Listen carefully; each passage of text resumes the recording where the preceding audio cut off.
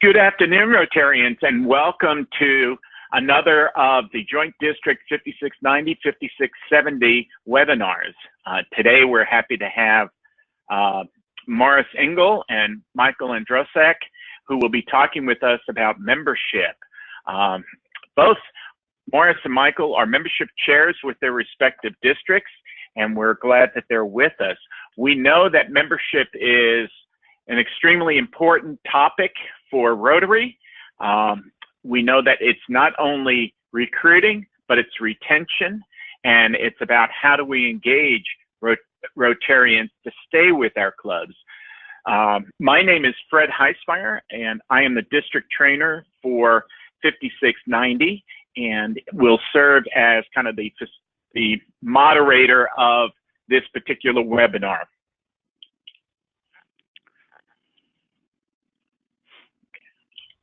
So with that, I want to welcome Michael and Morris, and I'm going to turn it over to Morris to begin our conversation. So Morris, it's all yours.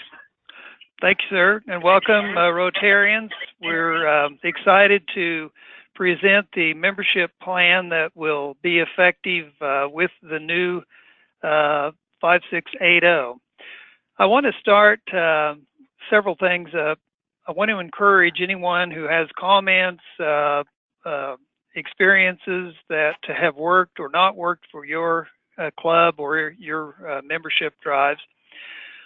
But one of the things that came out that I thought was really important at our district conference a couple weeks ago was the idea that the world needs Rotary. And that leads logically into the local clubs being vital and having a true program of service projects and service mentality that will draw people to your club. And I'm going to say that that's sort of the underlying basis, and you know, and trust that each local group has something that is where they're able to serve their own community or their area. Several clubs, you know, are in one city maybe, but they have their own special niche of what they want to address as far as issues. The Rotary International and the higher ups in Rotary came up with some very valuable information on membership recruitment and membership drives. But Michael and I sat down and we came up with what we felt was a workable plan for the local clubs in the western central part of the state. It's without a lot of layers of reporting and administration and that sort of thing, because everybody is busy. If you're not in Rotary, if you're not working in Rotary on a project, you may be involved in, you know, your church, coaching a little league team. You know how it is in small towns. And even if you're the doers in bigger communities like Salina and Wichita. So we did kind of a bare bones model, and we based this on what we call the 4 R's, and those are to reverse the trend. And just to point out briefly kind of where we are now, we in the my district 5670, there are 29 clubs. 4 of those have shown growth in membership from July of this year to the present date. 15 of those 29 have stayed the same, and 10 have shown a net loss. 5690, there are 31 clubs. 9 of those have seen some growth. 15 are status quo, and 7 have shown some decline. So this membership is certainly a timely issue. And to the plan then, we came up with the idea of reversing the trend, which is what I just spoke about. retain the current members, and Michael will speak on that, and to recruit developmentally, and then finally to restore the connections where you might have the opportunity to re-engage with a former Rotarian. Many people are, or some people are moving back to the communities when they've retired, or they have another circumstance that draws them back home in a way, and they've been active Rotarians at another club or even previously in your club, and touching base again might be helpful in that regard. So let me launch into slide number, the next one. This is goal number 1. The district clubs will reverse the decline in membership figures. And to do this, we need each club to determine a goal of a net increase in membership for the coming year. And obviously, you want to be aggressive and optimistic, but you also want to be realistic about what you think you can do. And the smaller clubs, maybe a net increase of 2 or 3 is reasonable. For some of the other communities that or clubs that haven't done much outreach and there's a lot of potential out there, then you can be more ambitious in what you're wanting to obtain. Each club needs to designate a membership contact to report to the district membership chairman. And so I know Michael has already reached out to the 5690 folks to have each club designate a membership contact. Might be the president. In many of the smaller clubs it probably will be, but it doesn't have to be. And in some of the other groups that have more active membership drives, it may be a total different individual. But we need to know those who those people are, so that that can be our point of contact with your individual club.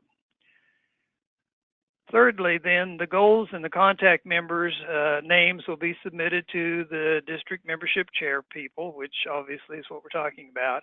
And then he and I will summarize what our membership goals are going to be, and we can notify all the clubs and set sort of a district-wide and soon to be the new district-wide set of goals.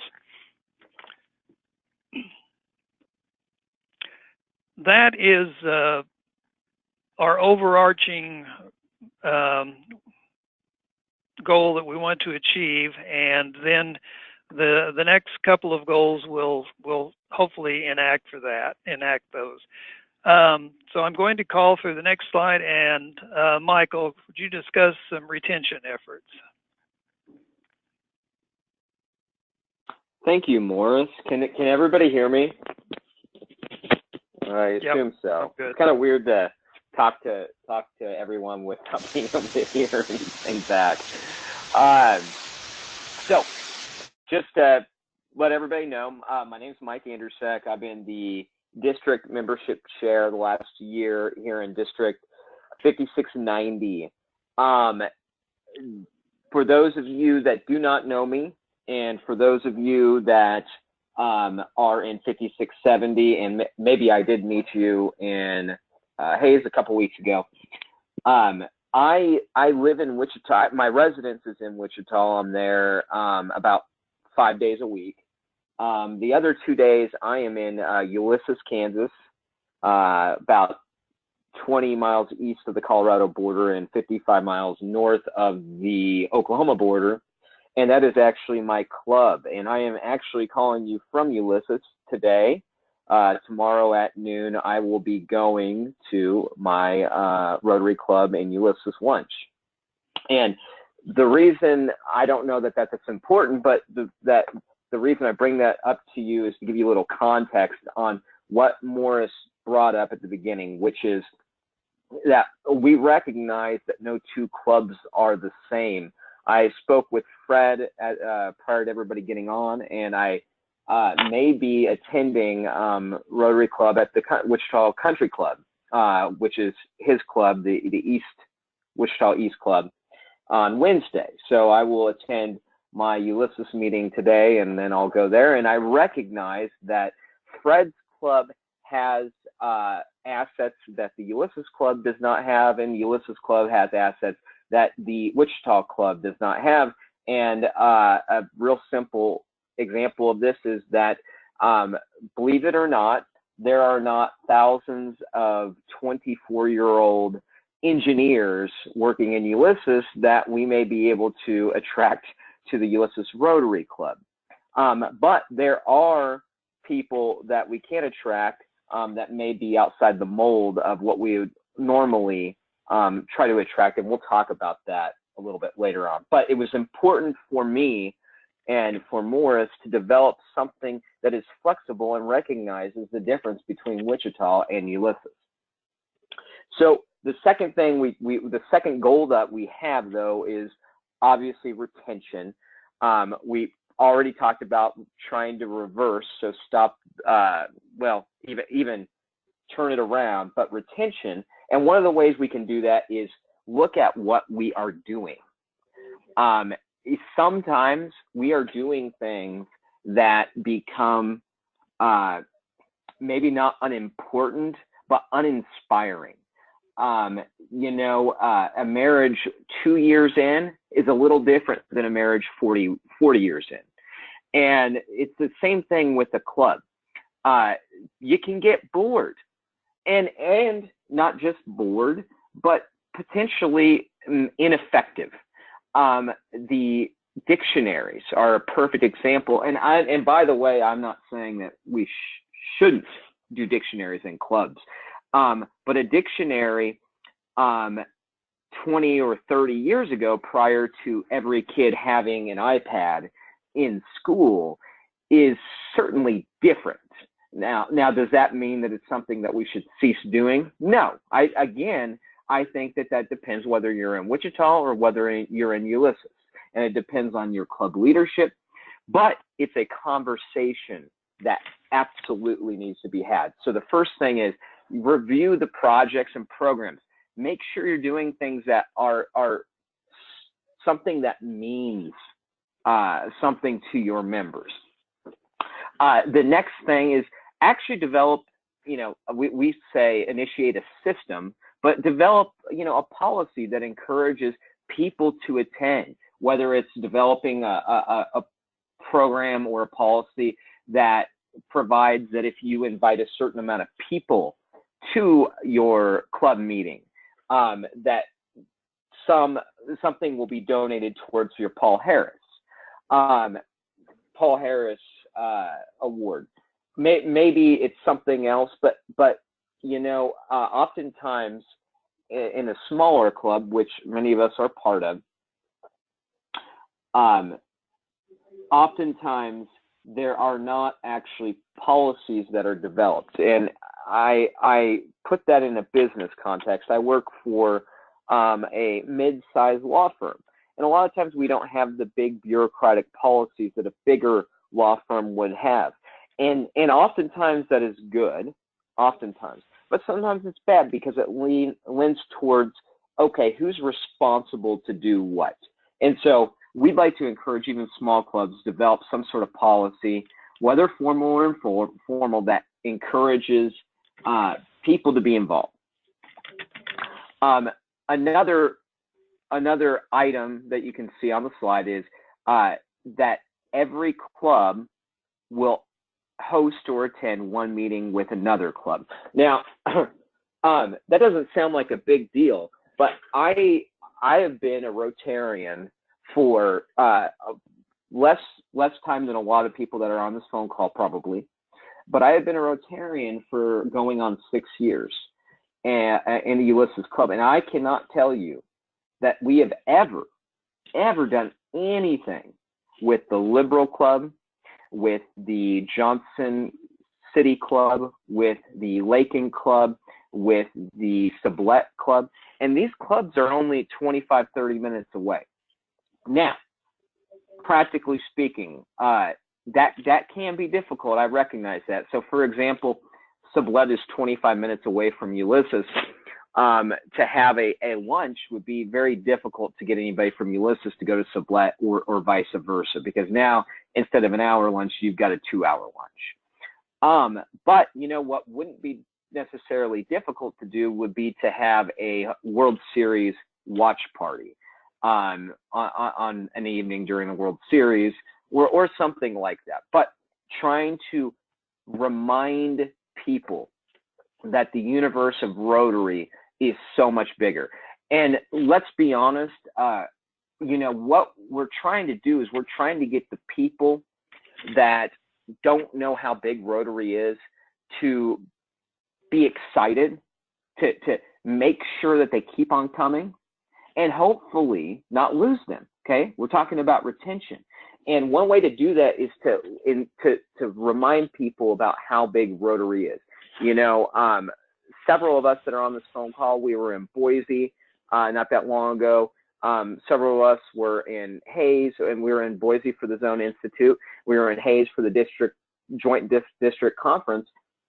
And all of us on here know how big Rotary is, but a lot of people, all they know is their club, and that's okay. But this is a good way to remind them that it's a little bit bigger than that. Another thing to do is to just keep on reminding people about what's going on. There are some clubs that are really good at this and some clubs that are not as good at this. And hopefully our club can get better at it, meaning the Ulysses Club, we're not particularly great at it. The other day I saw Newton post on social media about a new sign that had been put up that was sponsored by Rotary. Things like that to remind your members that are just going there for their weekly lunch that you're there and that you exist. And then another thing is to remind your clubs about membership and, you know, talking about the importance of attendance, but also talking about, hey, here's where our club is today. We had 32 members as of July 1 of 2018, and today we are at 34 members. But constantly reminding your members about the importance of membership. Does anybody have any thoughts or any experience doing any of these things? Does anybody in District 5670 or 5690, has anybody done any joint club events that you'd like to talk about? Because I think there could be some pretty cool things, and I have not necessarily been a real big part of something like that. Anybody got any stories they'd like to share? This is Sherry in Kinsley. We tried to reach out to Larned and to Greensburg because they were clubs that were pretty much closing down and had just a few members in Larned and one in Greensburg, one member.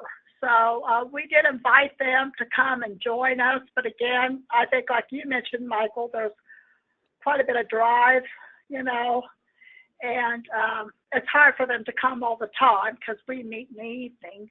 And so we tried to offer an avenue for them. But also, I think it's very, I find it more difficult because many of the members are older.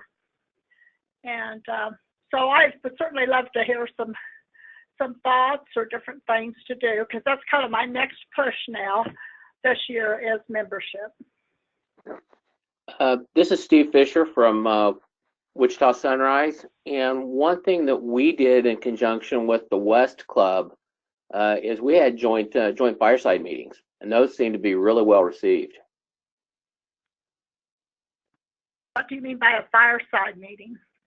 Those are the off-site meetings where you'll go to somebody's place of business, and you'll break up into smaller groups, and different business owners in the club or businesses will showcase their business. It's something we've done. I think the Wichita clubs have done for quite a few years, and several years ago, because we're fairly closely related, I guess you could say, to the West Club. We meet in the same location. We meet for breakfast. They meet for lunch. We decided to just kind of combine the meetings so that it opened up a bunch of different businesses and individuals for the club members to interact with. Okay. All right. I like that. That's pretty neat, Steve. I appreciate that. Has anybody else recently tried any joint club activities that we could take with us? Yeah, this is Dan Diener in Arkansas City, and we had a social with Winfield at a winery, and it was with the idea that we would simply socially get together, share what we were doing, and get to know one another better, with the ultimate goal of doing a countywide project. The leadership of both clubs would like to maybe combine our district grant, do something that benefits the whole county, and we thought that would be a good way to start. It was well attended. We had about 60 members there, and so we'll see how that goes in the future. But we did make the promise that we'd make an effort to do that a couple times a year. So excellent. I think I'm going to have to go to that. Will you let me know when you have it? You bet. One of the this is Fred from Wichita. One of the things that we might consider as we think about bringing clubs together is what another organization calls service ships, and it's a combination between a service project and a fellowship, so that perhaps on a Saturday morning you're needing extra help for a particular project. You invite another club, then you have some kind of fellowship. And it doesn't have to be an all-day thing. It could be a couple of hour thing, but it's a way to break out of the mold of we just want to get together for fun, or we just want you for service. It's really combining the two. I like that, Fred. Thank you. Does anybody have an example of a project or a program that your club, just recently in the recent past, was doing, and everybody looked around and said, why the heck are we doing this? Or we should switch gears and do something else, or do this differently. Does anybody have an example of that? I gave the example of dictionaries. I mean, that's just one of those common ones. The duck race here in Ulysses is incredibly popular, so I don't see that changing, and it shouldn't, because it's a great deal. But anybody have an example of one of your clubs doing something like that?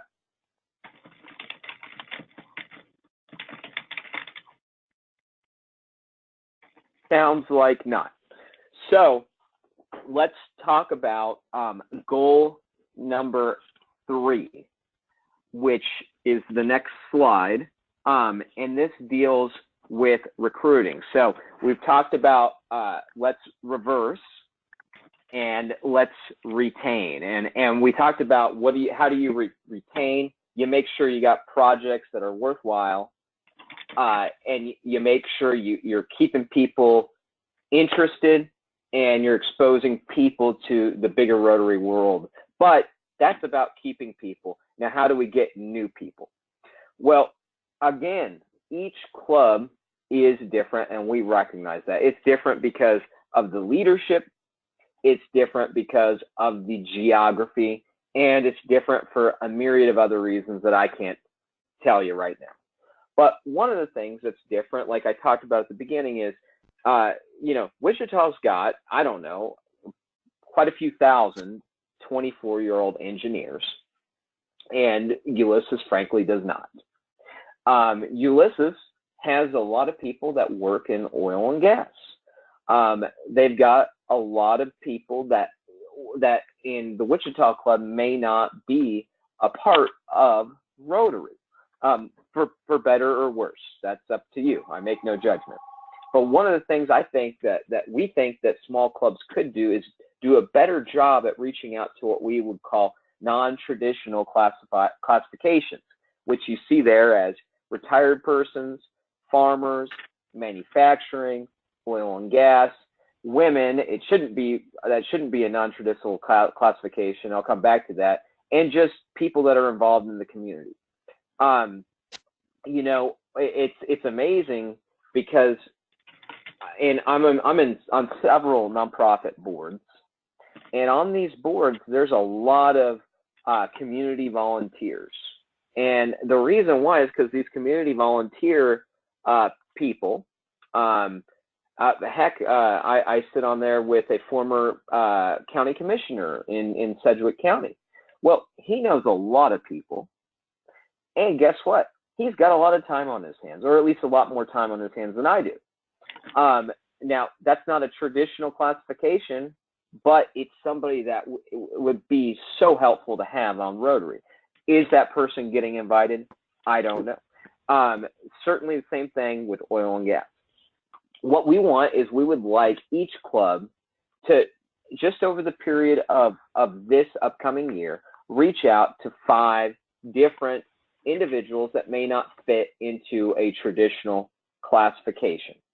And whether or not you do it within, whether or not you hold some sort of formal or informal social and invite these individuals or not, another thing that you can do is have these informal Rotary events. We don't need to only invite potential members to the typical lunch meeting. One issue that I think Rotary is going to have to address, and I think that they are, so I'm not trying to point fingers, but you know, if you want younger professionals to be part of Rotary, they may not be able to make it to lunch, and I know that's why the Rotary International has changed the rules so that, you know, the issue on attendance is not as great, right? But if you really only have to offer a lunch meeting or a service project, so you have no other informal or formal Rotary social events, what's a 26-year-old that works at Spirit? How's this 26-year-old that works at Spirit going to make it? And let's be honest, that 26-year-old at Spirit, hey, that may be the future president of Spirit. That may be the future vice president of Spirit, or pick whatever company you want. But I think it's important that we have these informal or formal hangout, you know, at somebody's house once a month, whatever it is, and that's a perfect time to invite that 26-year-old engineer that I'm talking about. Does anybody have any activities that they've done with their club, or that their club has done, whether it's formal or informal, to try to attract new members? So, you know, maybe having an event just for new membership, or an event that everyone knows, hey, this is what we invite potential new members to.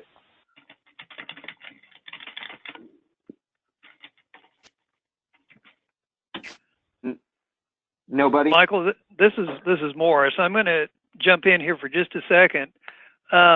Back to the traditional classifications, and I've been in Rotary for 32 years.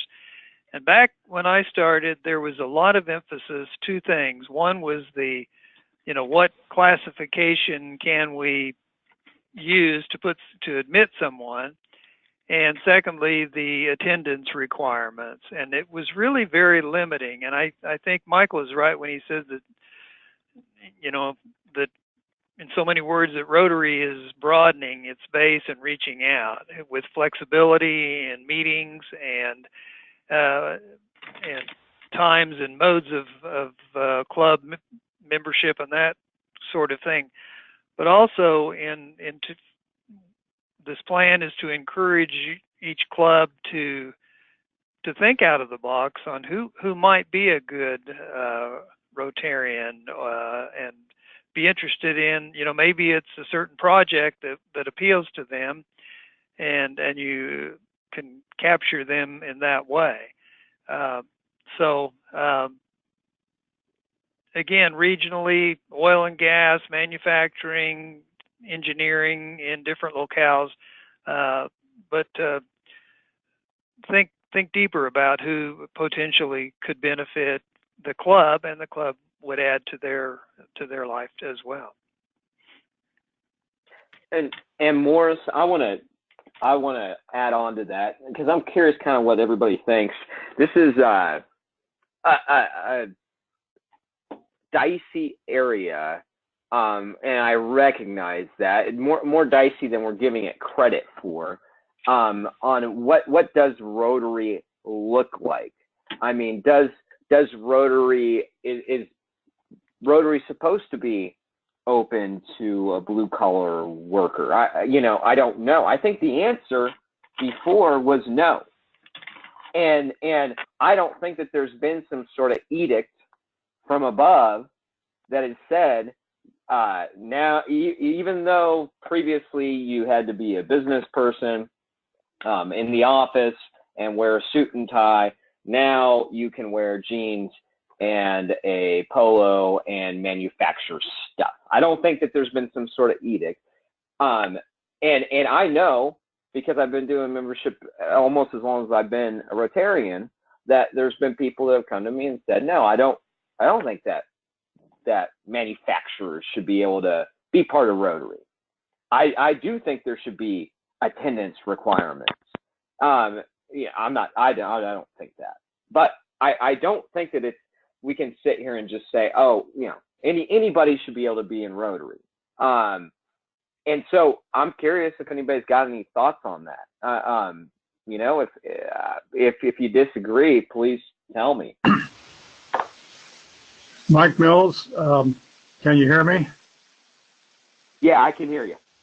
Okay, I just want to make sure my speaker's on. First, there is a traditional long-term part in Rotary that all worthy occupations are recognized in Rotary, so you can have a lot of different occupations.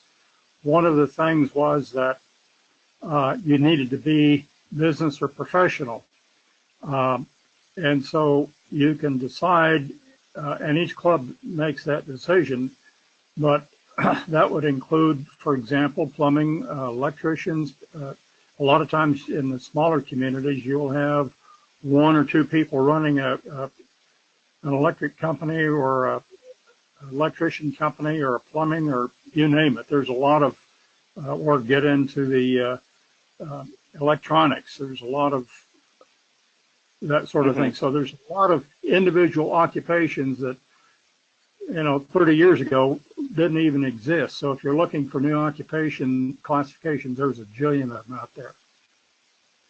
And then secondly, to go back to your original question, have we had issues of inviting people to join Rotary, young people?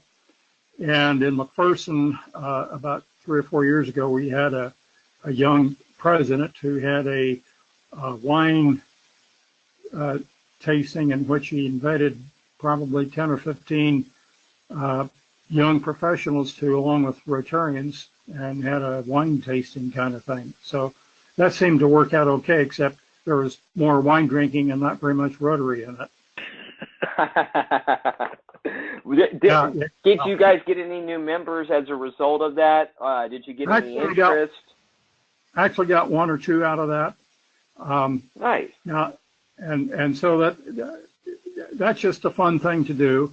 And then I will throw out something that is sort of experimental in District 5690. We've tried to get the assistant governors involved, and I understand that under when Randy Kruger was district governor a couple of years ago, there were 2 or 3 assistant governors that had their several clubs get together on a social event, and it seemed to work. Everybody seemed to have a good time. I haven't heard too many reports on it, but that would be another long-range plan, so that a group of 4 or 5 clubs in the assistant governor area would then get together on a more regular basis, so they would get to know one another better from year to year. I like that. go ahead. Did somebody? Yeah, this is Andrea. This is Andrea Krause, and that is actually one of the things that we've once again provided for.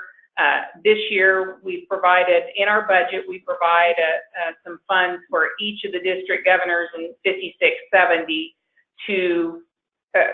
for each of the assistant governors to hold a social event for the clubs in their area. And we've been actually doing that for the last several years. And I think some have been more successful than others. I think we may have a couple of AGs on this call who have done that. And if you're listening, you might, if you want to pipe in and talk a little bit about that, that might be helpful.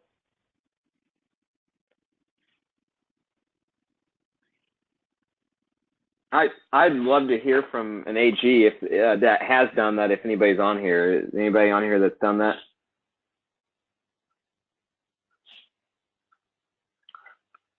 There's not. Oh, go ahead. Ken Shobe online? I am not sure. Well, I see him. I think he turned on his mic. Yeah, you're right. I see him too. Who are you looking for? I was looking Shobe. for Ken Shobe. He was an assistant governor that was involved, perhaps, in that social thing with AGs.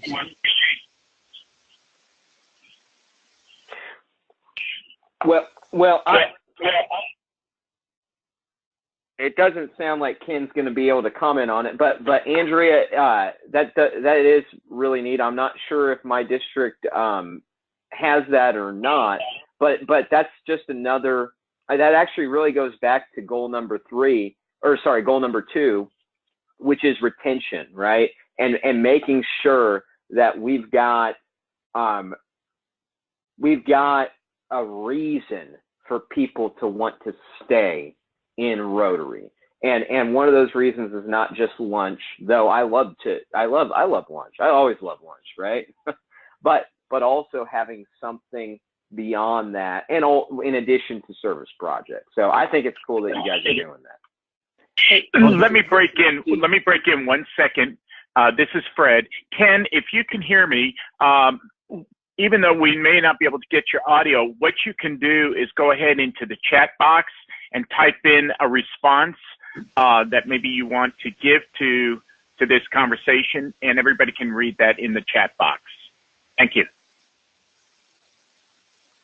And yes, this is Sterling, and I wanted to jump in here for a second. Mike, as far as I know, we've never participated in having funding, to have club get-togethers as far as the AGs joining together. The only thing that I know of that has been done in the past and currently being done is the Wichita clubs. They have kind of a president clubs meeting, but that's just the presidents meet together and talk over ideas and thoughts, which I think is a great thing for the Wichita area. But it'd be great out in the rural area for, Mike down at Liberal, who's an AG, to have his 4 clubs do some kind of event together, and schedule at different places at different points in the time. He has 4 clubs, so like once a quarter they could do something like that, or whatever. But we've not provided any funding, and in Andrea's district, that's wonderful that they've been able to do that, and I think that's a definite benefit, and we should look at it as a new District 5680 trying to do that also. This is Mike again. When you have your club or multi-club socials with the AAGs, that would be a perfect time to invite some folks that might be interested in Rotary. More the merrier. So it's not necessarily just retention. I think that could be a recruitment idea too. We've had thank you, Mike. I agree with you on that. There's a couple of text messages. One from Sue Pierce. She wrote, the Winfield, I'm just reading what she wrote. The Winfield Club invites the spouse of a Rotarian who passes away to become a member. Typically, the spouse is engaged in the club, although not a member. For clubs that especially have an older membership, this is a way to keep a spouse in a circle of friends during a very hard time, as well as keep membership numbers stable. And Sue, that is a great idea. That's really neat.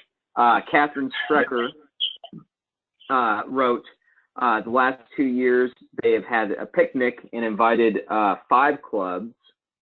And then Ken Shobe just texted and said 5 clubs had representation at a chuck wagon on a Sunday night in February. More than 50 folks turned out near Colby. Great fun and good social interaction. So there's some cool ideas just right there alone of recruiting and retention. And I think maybe goal 2 and goal 3 should be joined. I kind of separate it because it is a little different. But oftentimes you can accomplish both goals in the same push. So, Morris, did you want to go over slide for the 4th goal? Yes, certainly. Okay, the 4th R of this plan is to restore the connections with former Rotarians. And many times, for whatever reason, careers cycle through. People have time for Rotary and then not so much when their families grow. And for whatever reason, we've all seen members who were at one time or one point very active in our clubs drift away for whatever reason. And maybe they've even moved away to take a transfer and retired and coming back. And, you could think up any number of categories of why they are out there as former members. But I think it's well worth sitting down, particularly with your, the long-term members, not necessarily the older ones, but those that have been in the club for quite a while, and just think, whatever happened to so-and-so, or did you realize, Joe and June are back in town and they bought the Smith house, and that kind of thing, and make an effort to try to offer again a membership to the Rotary Club and to reconnect with them and to get them invested again in that Rotary effort. But what really works, and I think for all of us, is to have a personal contact with someone who really, it's more than just, hey, why don't you join us again? We meet on Thursdays at, but to say, hey, we'd love to have you join the club again. We've got new leadership. We've expanded some programs, or we're still giving those kids the dictionaries. Let me pick you up and you be my guest this time. Whatever style that you have that works for you or your members in your club, to be kind of a personal mentor, or at least a face in the crowd that represents Rotary that would help entice them and reinterest them in joining. One of the, just this week in our club here in Phillipsburg, one of the members has recently moved his parents back. The father has been a Rotarian in the past, not here, of course, but anyway, he's was nominated for membership last week. So, there's just a personal, perfect example. And granted, his son was the point of contact, but that's okay. A lot of us would be happy to have our sons or dads be members, or daughters, and not excluding anybody, to join in and to re-encounter the Rotary ideals and what we're all about. And then, of course, finally, then the accountability would be reflected in the addition of new members and meeting your club's stated goal, but also then pushing the new district forward in its total count, and basically effectiveness of the Rotary in Kansas and what will soon be 5680. Any experiences along that line? I think probably if, you know, I would be willing to bet that just about everybody on the line or in a club representative would be able to sit down and draw up a couple of names anyway that might be interested in reconnecting. May I make a suggestion? This is Sure. Mike.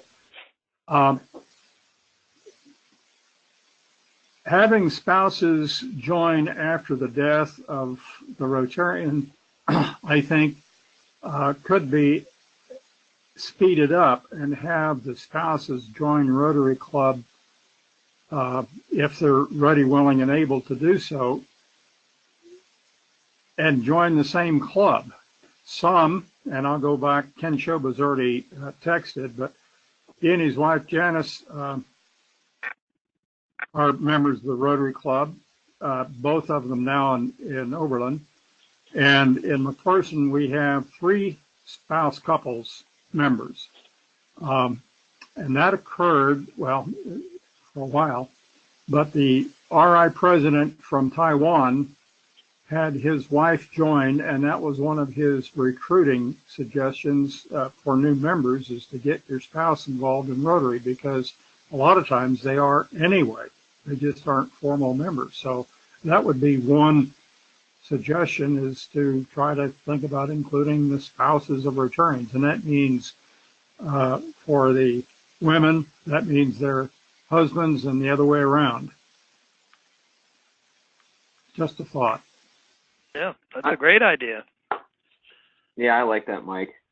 You know, coming back full circle, as far as not necessarily just dealing with this Gulf War, and, you know, church, less people go to church today. It's just true. Less people are involved in their community. Less people know their neighbor. And more people spend more time on Facebook and on their iPhones. And by the way, you know, there's give and takes. It's now easier to find out information. It's now easier to communicate with your attorney. It's now easier to be diagnosed by your doctor. It's just because things change, I don't sit here and pretend to think that it's all bad. I do think it's bad that people spend so much time on their phones. I do think that it's bad that people are not as involved in their community. But here's what I'm saying. I don't pretend to think that this one-page paper with 4 goals on it is going to change Rotary overnight. I think that there's also a systemic cultural problem or change, and you can call it a problem or you can call it a change. And part of why this plan is so broad and open is because the only way Rotary is going to stop shrinking in North America and start growing is by testing and trying out different ways. And I certainly do not have the answers. I doubt that all of us have all of the answers. We have some of the answers. And we're probably all a little bit wrong about something. And we're probably all, well, not me, but you guys are all probably very right. And so if there's something that you disagree on in this plan, I want to know if there's something, because my goal in 5690 this year and then 5680 next year is I want to be in communication with one person at each club. And Morris brought that up at the beginning. I have corresponded. Well, I've sent an email out to all of the club presidents. I've heard from probably 40% of them. And so right now I've got contacts with about 40% of the clubs in my district, but not all. And so one thing is, if you're on the line in your district 5690, if you would talk to your president and make sure that your president got with me, I would really appreciate it. Some of you already know that you did. Sterling, half of your club was there, so you're taken care of in Hayes. But that's one thing. That's a first step. It's such a small step, but that's a first step. And then the other is for me to be open about what can I do to help, and what can other folks do that I can get in touch with, do to help. Not really a question, but that's kind of a broad statement of, they're just like Rotary, there are other organizations that are suffering. And so this is meant to be a flexible plan. And if you got any comments on that, great. If not, I'll turn it over to Morris. There are there's just a wealth of information and resources provided by Rotary International that addresses membership, recruitment, how to effectively talk to someone about Rotary, all those kinds of things. If you go on the Rotary website, you can find those. If you want at the district conference, we were given a grid, kind of a resource instrument that you can use. I'll be happy to forward a copy to any of the 5670 people in my area if you're wanting to use those, or either district as far as that goes. I'll be happy to give you to that. But it's available online as well. So if you want to use some of the Rotary developed materials, it's available to you too. And I just wanted to reemphasize what Mike said. This is a broad-based plan. It's not heavy with reporting on a monthly basis. It's not creating a position in your club of the sergeant at arms to count how many members are referred and that sort of thing. We left it open to let each club develop as they can, or as their interests are, and as their leadership and their capabilities. But I think we've certainly generated some good ideas. We hope we've passed on some workable plan for each club, and let's see what we can do. And this time next year, maybe every club will be in the positive range.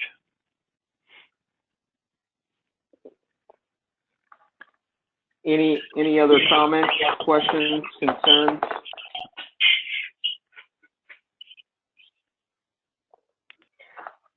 All right. I look forward to working with everyone. Sorry about that, Fred. Go ahead. That's okay. So just to bring us to a close, I want to remind everybody that we do record these webinars, and they will be available to all of the clubs in our 2 districts within the next couple of days, whenever we can get them downloaded and then out to the club presidents via the various email mechanisms that we have in our 2 districts. And then all of our previous webinars are available on the district websites. The links are available. So I would encourage you to think about going back and looking at some of those if you've not already seen those or participated in those. Continuing on with the discussion of resources, we do have a number of great resources within the 2 districts. We obviously have our governors, our governor-elects, and our trainers, but we do know that there are a lot of assistant or area governors, past club presidents, past district governors that are all great resources. So do not hesitate to reach out to those folks, and we've given you some of the information here.